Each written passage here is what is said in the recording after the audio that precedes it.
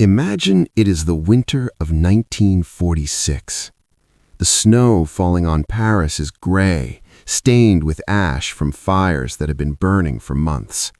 The boulevards are silent, save for the rhythmic, mechanical crunch of heavy treads. But these are not German panzers. They are Soviet T-34s rolling past the ruins of the Louvre, their red stars vividly stark against the gray stone. In London, the lights have gone out, and the city is plunged into a permanent, rationing-induced twilight. The Prime Minister is not giving speeches of defiance from the dispatch box. He is in exile in Ottawa, broadcasting over a crackling radio signal. The United States has retreated across the Atlantic, turning Fortress America into a reality, leaving Europe to a darkness deeper and more absolute than the Nazi occupation ever was. This is not science fiction. This is not a video game. This is the precise, calculated worst-case scenario of a top-secret plan drafted by the British War Cabinet in the dying days of World War II. While the world popped champagne for VE Day, Winston Churchill was not celebrating. He was staring at a map, terrified. He believed the end of the war was a lie. He believed the true enemy was still standing, stronger than ever. Imagine a world where the Allies didn't stop at the River Elbe. Imagine a world where the jubilation of victory transformed instantly into the horror of a new conflict. Imagine a world where World War III began before the smoke of World War II had even cleared. Welcome to Operation Unthinkable. May 8, 1945. Victory in Europe. To the common soldier, it was the end of the nightmare. For 6 years, the world had been locked in a death struggle with fascism, and fascism had blinked. The German war machine was scrap metal, its cities reduced to rubble. Hitler was dead. The lights were coming back on all over Europe, and the air was filled with the sounds of jazz and laughter. The narrative we are taught in school is simple. The good guys won, the bad guys lost. The guns fell silent, and peace settled over the continent like a warm blanket. But in the corridors of power, there was no peace. There was only panic. Winston Churchill, the man who had willed Britain through the Blitz, was gripped by a new, paralyzing fear. While the Americans were packing their bags, eager to ship out to the Pacific to finish the fight against Japan, Churchill was looking at the map of Europe, and what he saw terrified him. The Soviet Union hadn't just defeated Germany, they had swallowed half the continent. By May 1945, the Red Army was an unstoppable titan, a force of nature more than a military organization. They had 12 million men under arms. They had over 20,000 tanks and self-propelled guns. Their artillery was unrivaled in the history of warfare, capable of laying down a curtain of fire that erased entire grid squares. And they were sitting in Berlin, Vienna, Prague, Warsaw, and Budapest. Stalin had promised free elections in Poland. He had promised to respect the sovereignty of Eastern Europe, but as the weeks ticked by, those promises were dissolving like smoke. Opposition leaders were disappearing into the back of black sedans. Borders were closing. The Iron Curtain wasn't just a metaphor Churchill would use in a speech a year later. He was watching the physical iron being laid down in real time, barbed wire rolling out across the fields of Central Europe. The balance of power was a myth. It was a landslide. In Central Europe, the British and Americans had roughly 4 million men. The Soviets had nearly 7 million in the immediate theater, with millions more in reserve stretching back to the Urals. The British Army was exhausted, bankrupt, and stretched to the breaking point. The Americans were distracted, their eyes turned toward Tokyo and the invasion of the Japanese home islands. Churchill realized a horrifying truth. If Stalin decided to keep walking west, there was almost nothing to stop him. The Red Army could theoretically reach the English Channel in weeks, sweeping aside the weary Allied divisions like toys. The Prime Minister felt an immense, crushing guilt. Britain had gone to war in 1939 for one specific reason: to save Poland from tyranny. Now, in 1945, Poland was simply being handed from one dictator to another. In private correspondence, Churchill's mood was apocalyptic. He reportedly remarked to his staff, "We have slaughtered the wrong pig." He felt the West had destroyed a virulent threat in Nazism, only to clear the board for a far more dangerous predator, one with the industrial capacity and ideological drive to consume the world. Most leaders would have accepted the new reality. They would have managed the decline, shook hands with Stalin, and hoped for the best. But Churchill was not a man of half measures. He was a man of action, and he was desperate. So he did the unthinkable. Late one night in May, just days after the German surrender, Churchill summoned his joint planning staff. These were the cold, calculating architects of the British military strategy, men who dealt in logistics, tonnage, and casualty rates, not sentiment. Churchill gave them an order that must have sounded like madness. He told them to draw up a battle plan, not for a defensive war, not for a holding action against Soviet aggression. He wanted a plan for a surprise attack, a preemptive strike against the Soviet Union. The objective was simple and terrifying: to impose upon Russia the will of the United States and the British Empire. The date for the attack was set, July 1st, 1945, less than 2 months away. The soldiers celebrating in the streets of London and Paris, dreaming of home and warm beds, had no idea that their leaders were contemplating sending them back into the meat grinder. They thought they were going home. Churchill was planning to send them to Moscow. This was the reality anchor, the moment where history held its breath. The guns were loaded, the armies were in position, the motivation was there. All that was missing was the order to fire. And in our timeline, that order never came. The generals looked at the math, saw the suicide mission it represented, and talked Churchill down. The file was buried, marked top secret, and hidden away for decades, a ghost of a war that never was. But what if the generals hadn't blinked? What if the paranoia in London and Washington had tipped just 1 degree further? To understand how close we came, we have to look at the plan itself. Because when you read the documents of Operation Unthinkable, you realize one chilling fact. This wasn't a fantasy. It was a fully operational war plan, with troop movements, supply lines, and targets. And it relied on a secret weapon that would have turned the stomach of every Allied soldier. When the Joint Planning Staff presented their report on May 22, 1945, the numbers were grim. They were suicidal. The plan called for a surprise attack in the Dresden area, a blitzkrieg-style thrust designed to break the Soviet lines before they knew what hit them. But the math was impossible. The Allies could muster about 47 divisions. The Soviets? They had 170 divisions facing the British and Americans alone, a ratio of nearly 4 to 1. The British generals, men like Alan Brooke, the chief of the Imperial General Staff, stared at these numbers in horror. They wrote in the report's conclusion, "We are embarking on a task we may not be able to finish." But Churchill had an ace up his sleeve, or rather a deal with the devil. To bridge the gap in manpower, the plan proposed the unthinkable.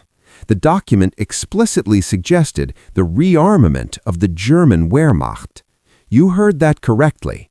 Just weeks after fighting to the death to destroy the Nazi war machine, British planners were discussing handing the rifles back to 100,000 captured German soldiers.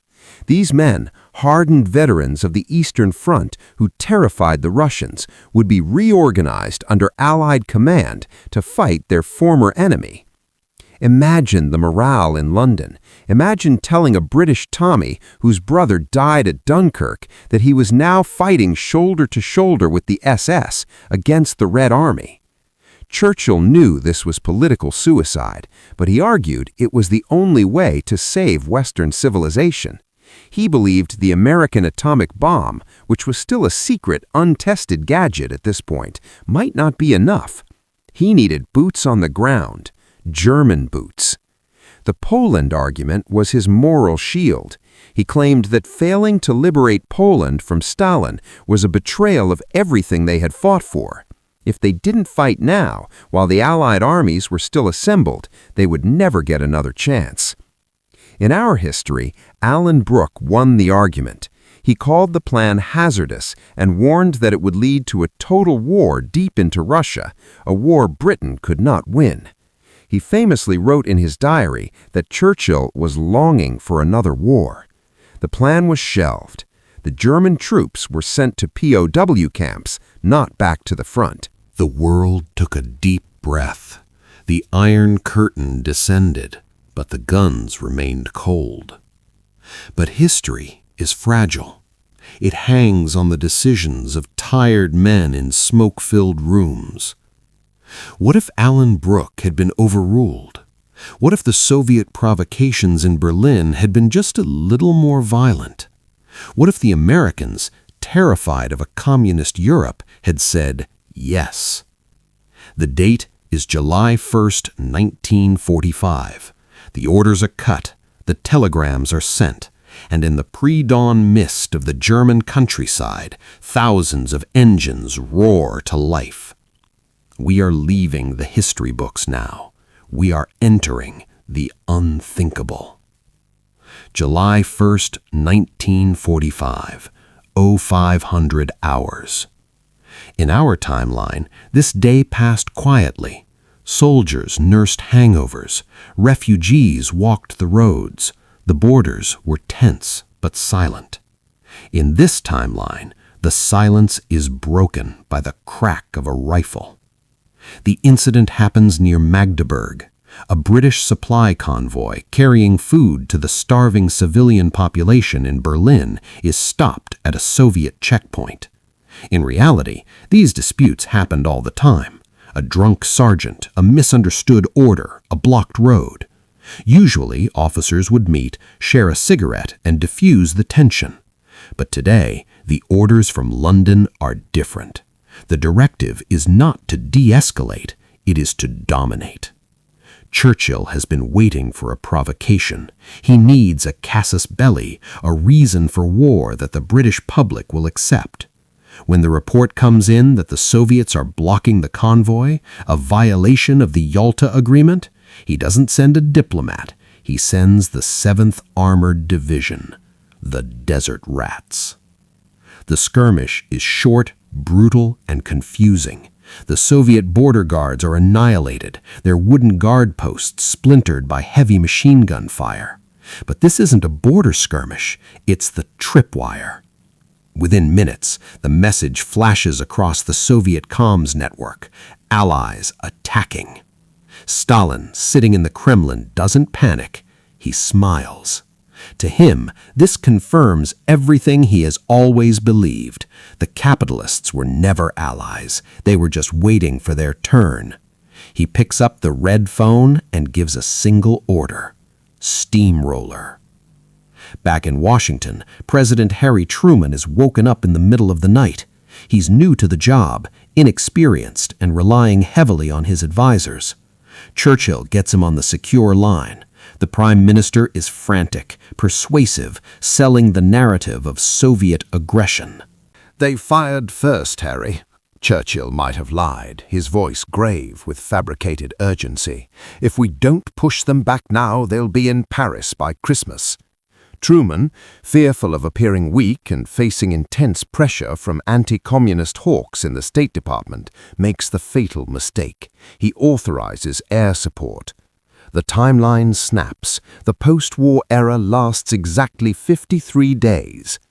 The psychological impact on the soldiers is immediate and devastating.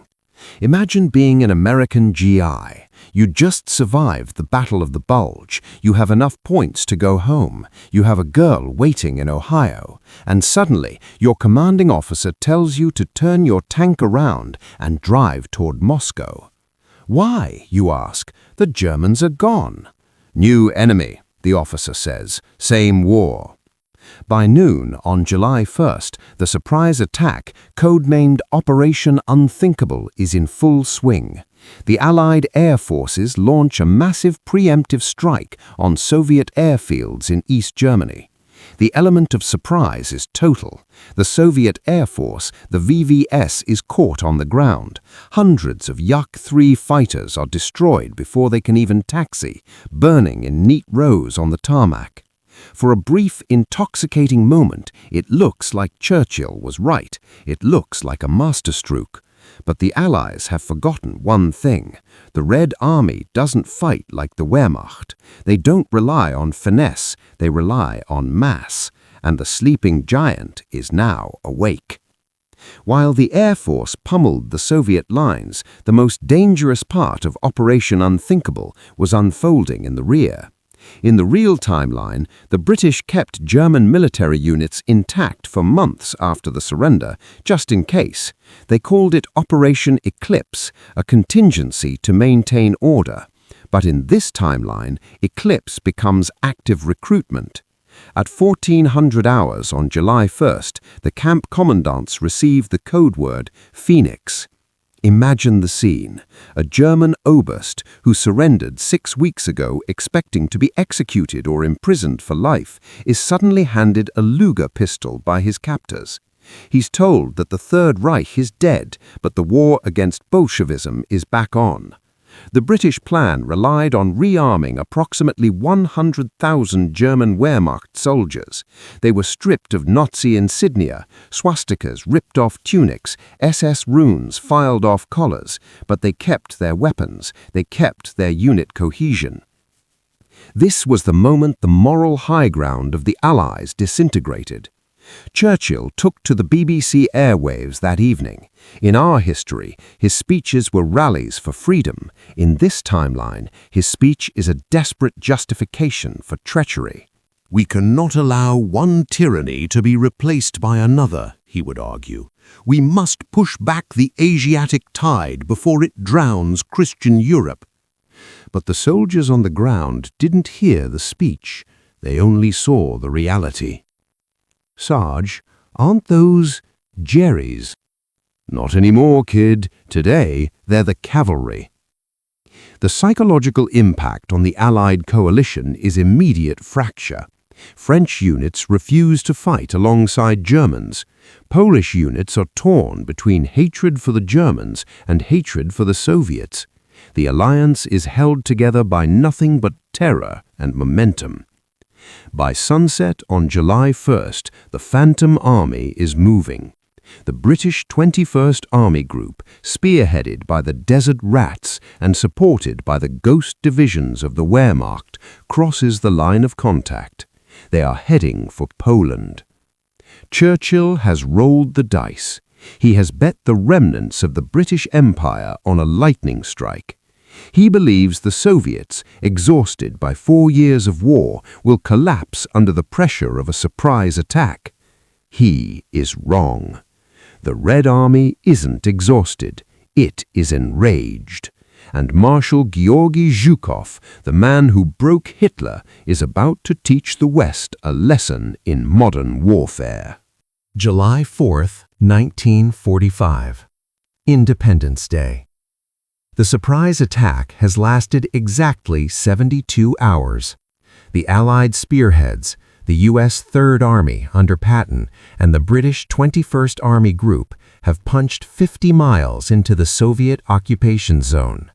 They have reached the outskirts of Berlin again. Patton is reportedly ecstatic. He is finally fighting the war he wanted.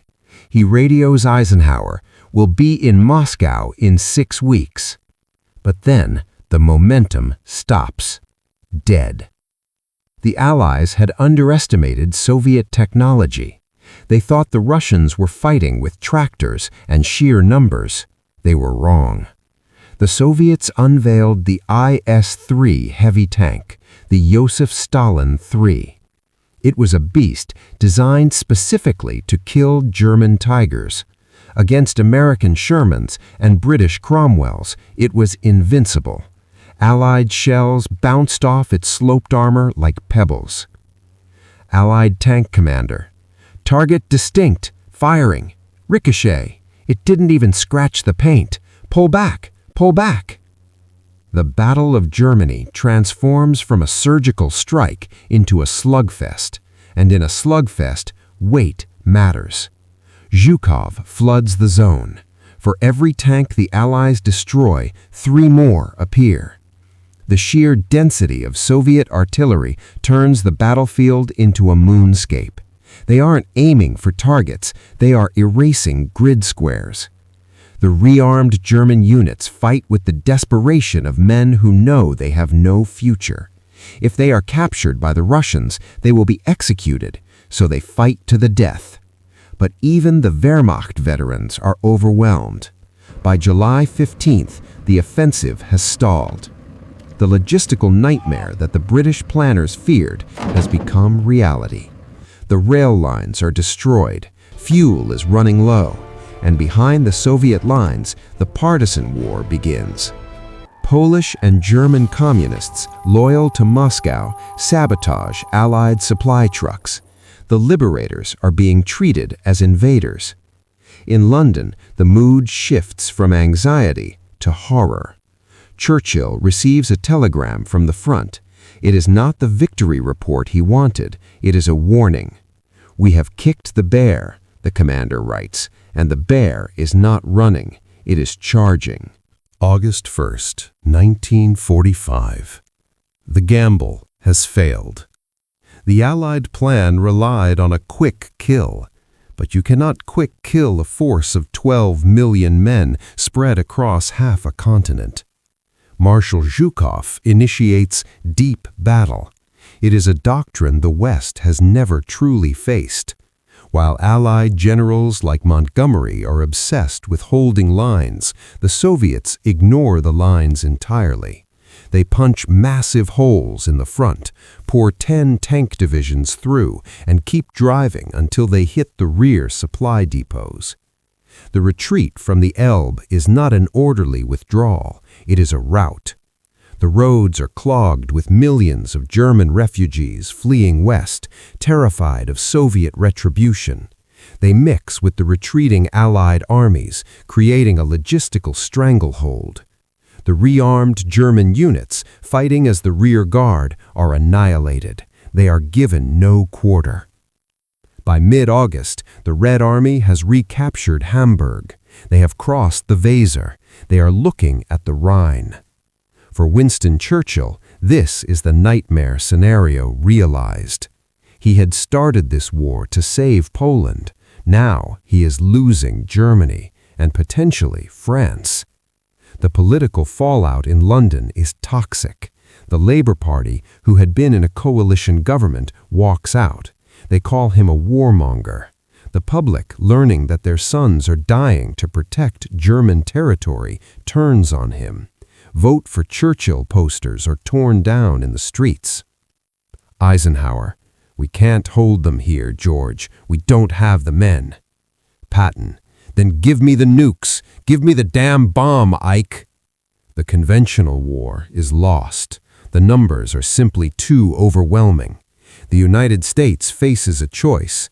They can evacuate Europe, retreating to Britain, a Dunkirk 2.0 on a massive scale, or they can escalate.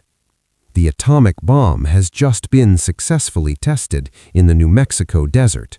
The gadget works.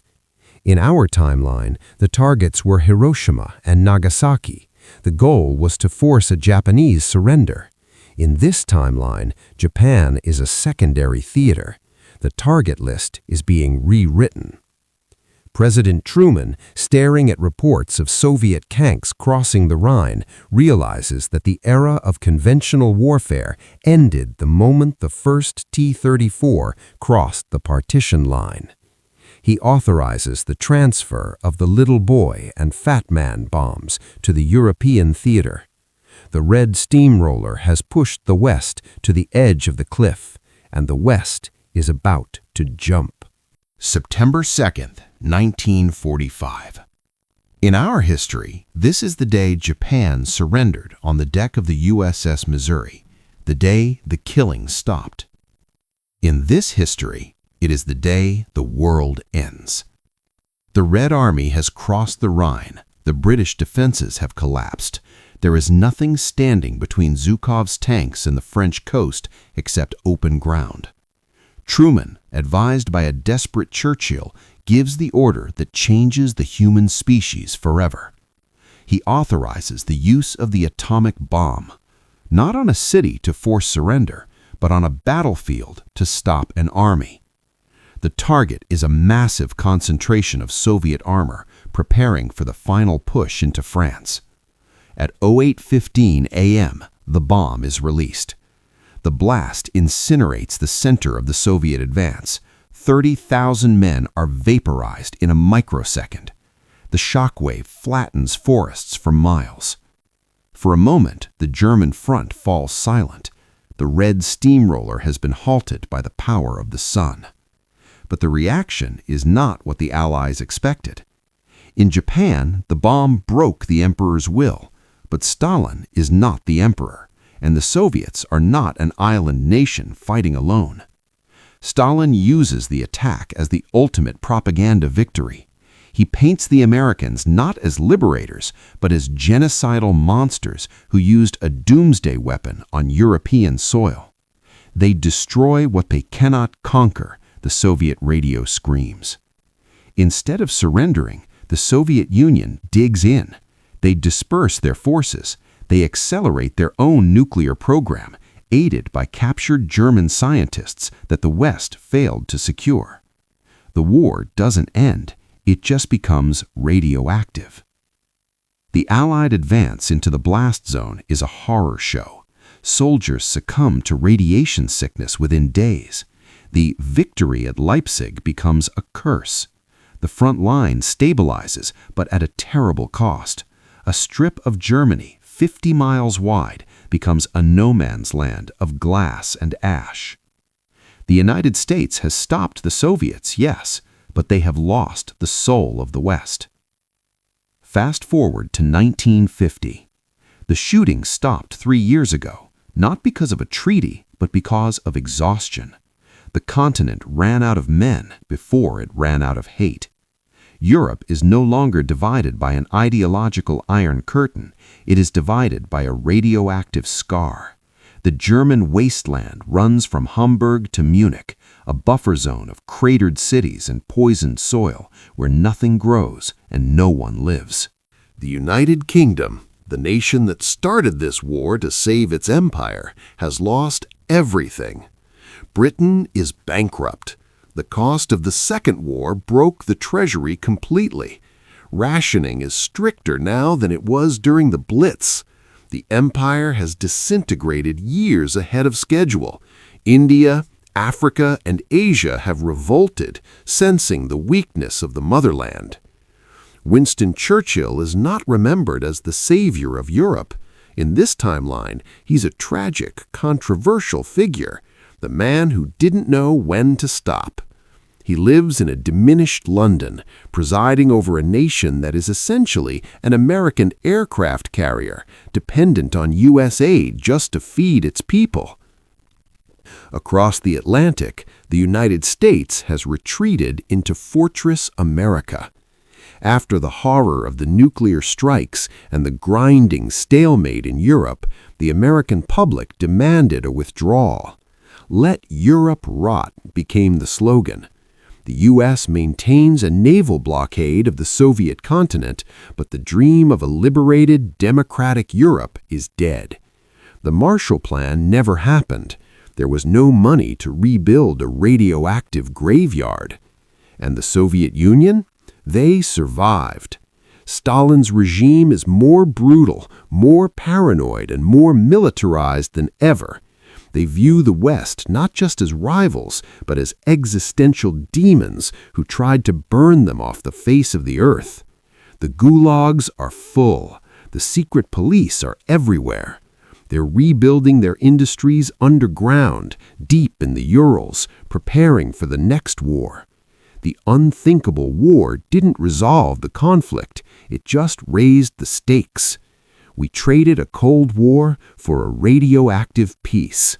Millions more dead, a continent uninhabitable, a world living in the shadow of immediate nuclear annihilation.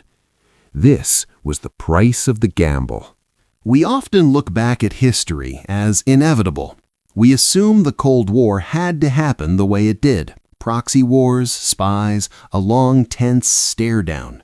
But Operation Unthinkable proves how close we came to a very different reality. The plans were drawn, the troops were ready, the anger was real. It was only the caution of exhausted generals, men who had seen enough death, that kept the swords in their scabbards. They understood something Churchill, in his desperation, had forgotten. You cannot defeat an ideology with a tank, and you cannot liberate a graveyard. So here is the question I want you to answer in the comments. If the Allies had attacked in 1945, do you think they could have won before the nukes started flying? Or was the Red Army simply too big to fail? Let me know what you think. For more documentaries on the wars that almost happened, make sure you subscribe and ring the bell. History is fragile. Let's try to keep it in one piece. Thanks for watching.